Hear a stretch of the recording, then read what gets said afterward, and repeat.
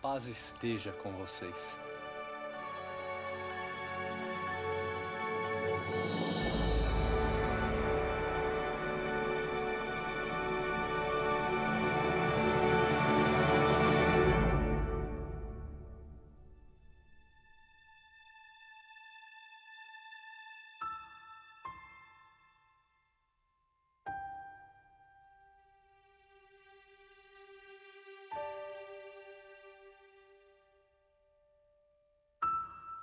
Vem aqui, Tomé.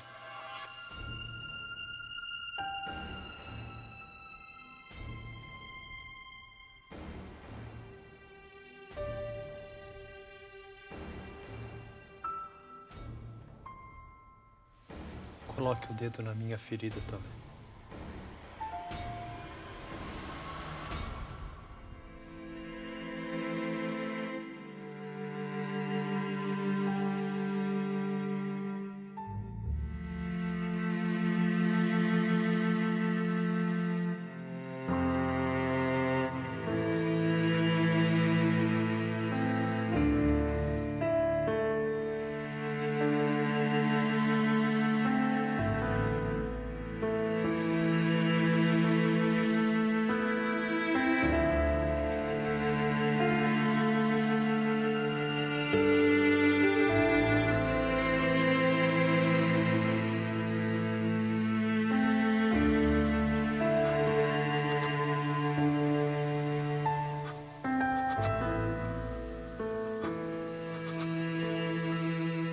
Coloque aqui o seu dedo.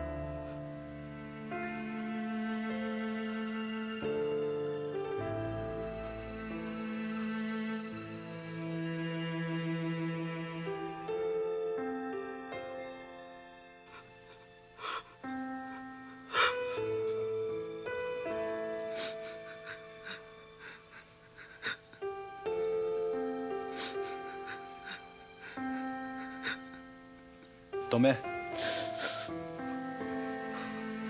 estenda a sua mão e coloque aqui no meu lado.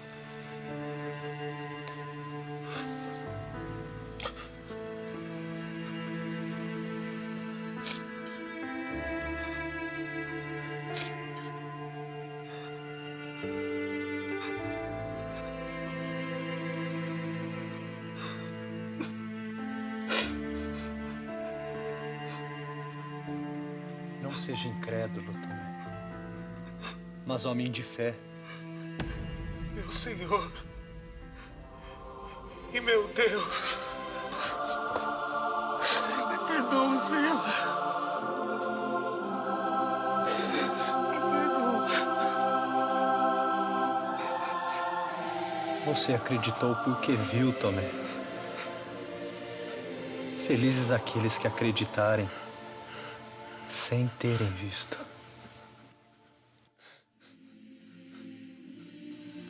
Me perdoa, Senhor. Me perdoa.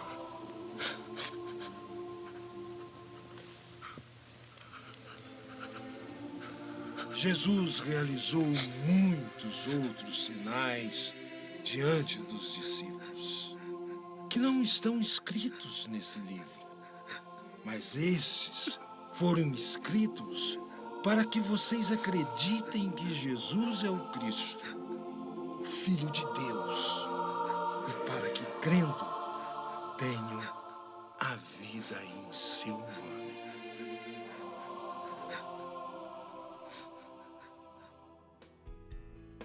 Está no ar uma madrugada de bênçãos. Que maravilha poder entrar na tua casa, entrar na sua vida e com você mergulhar nesse mar que Deus preparou para cada um de nós. E nesse mar poder colocar a nossa embarcação. Essa embarcação que leva a minha vida, a tua vida, ao encontro com o único e verdadeiro Deus. Mergulhar nesse mar que é Deus e fazer a experiência do Cristo que está na barca com cada um de nós. Vamos refletir um pouco sobre essa palavra de hoje para nós. Olhar a esses discípulos, ver quantos fizeram a caminhada com Jesus. Talvez nós estamos rotulados a ideia dos 12 discípulos, aqueles que depois nós ouviremos dizer os 12 apóstolos. Mas não, No grupo do Senhor havia um número muito maior de pessoas. Nós ouvimos depois a expressão acerca dos 72 discípulos, seguidores fiéis, mais próximos do Senhor. Ouviremos também que há uma multidão em torno de Jesus. Destes, nós veremos a escolha de 12. 12 terão por predileção uma missão muito maior. Primeiro, reconstruir toda a história do povo de Israel. Refazer a história daquilo que a Sagrada Escritura revelou tanto ao seu povo. E trazer de novo aquilo que as tribos significaram e hão de significar também para o novo povo. O primeiro povo se edifica através dessas tribos. E dela Deus vai se revelando e nelas Deus vai expressando o teu amor, a tua autoridade, o teu poder e a sua maneira de governar a cada um de nós. Também através dos 12, Deus escolhe o meio de estar presente em meio a nós. Escolhe na diversidade. Não são iguais, são bem diferentes um do outro. E olha, nessas diferenças, nós talvez diríamos até com uma certa ousadia, que discípulos Jesus escolheu? Pessoas que representam limitações, pessoas que representam também fraquezas, pessoas que representam status sociais, condições sociais, funções também. Em meio a tudo isso, a escolha de Jesus é muito mais do que aquilo que nós somos, como homem ou como mulher neste mundo. A escolha de Jesus vai além àquilo que está na visibilidade nossa. É preciso olhar o interior de cada um daqueles que Jesus chamou. E quando somos capazes de mergulhar profundamente no mistério de cada um desses, também fazemos um mergulho profundo no meu chamado, no seu chamado. E você começa a observar por que Deus escolheu a você. Poderia ter escolhido tantas outras pessoas, distintas, com mais capacidade, talvez pessoas com estilos bem diferentes, com capacidades e dons maiores do que o meu e o seu, mas não, Deus nos escolheu. Teve predileção por você. E à medida que tem essa predileção, voltemos à experiência do apóstolo e dos discípulos. É preciso entrar na escola do Mestre. Como nós ouvimos Paulo falando acerca de pertencer à escola de Gamaliel, ao ouvirmos também o próprio Cristo perdido e encontrado de novo no templo, falando em meio aos doutores e mestres da lei. Ou seja, é a escola, é o discipulado. O próprio Cristo faz essa experiência do discipulado no judaísmo. Aprende acerca da sua fé, aprende acerca da profissão de seu pai, aprende sobre tudo o que Deus manifestou em meio ao seu povo. Mesmo sabendo que este esteve ao lado do Pai desde o início de todos os tempos, ele se faz discípulo na escola do Mestre, na escola do Criador. E chama-nos a também fazermos discípulo na sua escola, aprendermos com o Mestre, que é manso e humilde de coração, e compreendermos também o que significa esta mansidão e esta humildade. E ao longo de toda essa caminhada, poderão testemunhar, além da palavra que será anunciada, os milagres, sinais, prodígios realizados em meio ao seu povo. Os discípulos são as testemunhas oculares de tudo o que aconteceu com Jesus estando em meio a nós. E o Deus encarnado no nosso meio reflete através de Jesus as maravilhas que esse Deus tem preparado para mim e para você. E são os discípulos que vão testemunhar por primeiro tudo isso. Depois de fazer esse caminho, também serão chamados agora a um testemunho maior, ao testemunho do encontro da cruz. A cruz que não é, na visibilidade sim, lugar de condenação, apenas na aparência, pois o verdadeiro significado dela é redenção para o mundo. Naquilo que parece nos condenar, vem a salvação. Naquilo que parece, na verdade, loucura, aquilo que parece fracasso, vem a vitória e representará para todo sempre o sinal da vitória. Como assim? A cruz, onde estiver, ela representa também para nós que não cometamos crime algum como cometeram aqueles homens e como cometem ainda hoje aqueles que pecam, que transgridem a vontade do Senhor, que vão contra os propósitos de Deus. Assim, meu irmão, minha irmã, vem também subindo em nós esse chamado forte de Deus a sermos testemunhas autênticas do Evangelho. mas nem sempre é tão perfeito quanto a gente pensa. No colégio dos discípulos nós vamos encontrar, por vezes, Jesus mandando eles 2 a 2 para poder anunciar, testemunhar, curar, libertar, reerguer o que estava caído, ressuscitar o que estava morto. E o que acontece? Eles voltam indagando a falta de sucesso na missão. Voltam decepcionados de não terem logrado êxito na tentativa de fazer os milagres e prodígios que Jesus realiza.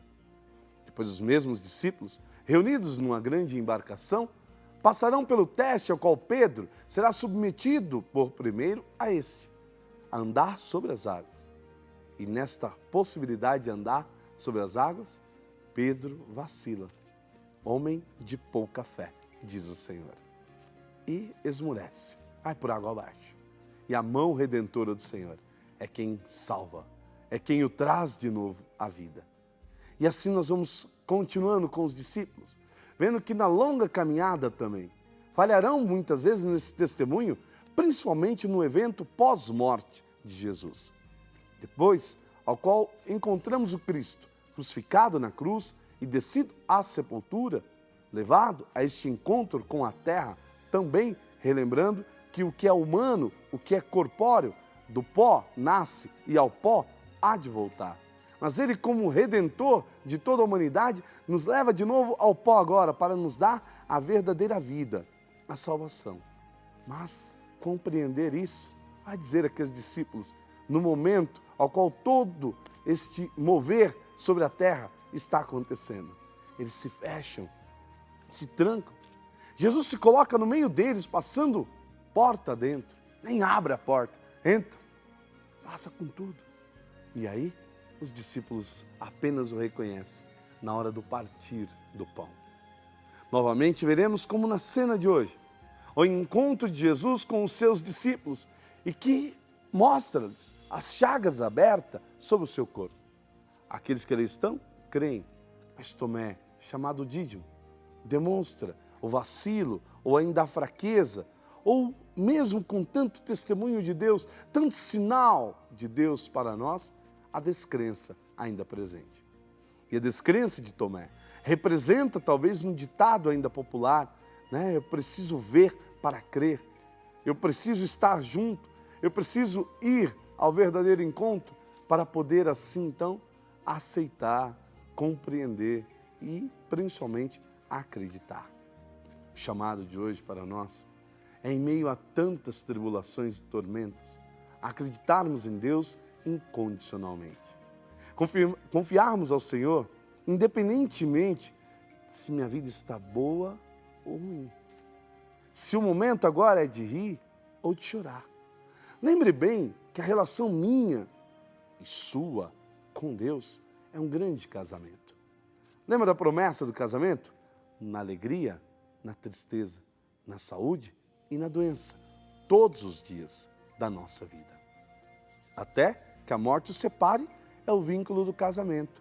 Porém, o casamento com Deus, nem a morte pode deter, porque aí sim, verdadeiramente seremos eternamente do nosso amado, e o nosso amado eternamente nosso. Nos preparamos aqui para esse verdadeiro encontro, mas vamos viver nessa relação de fidelidade matrimonial a Deus,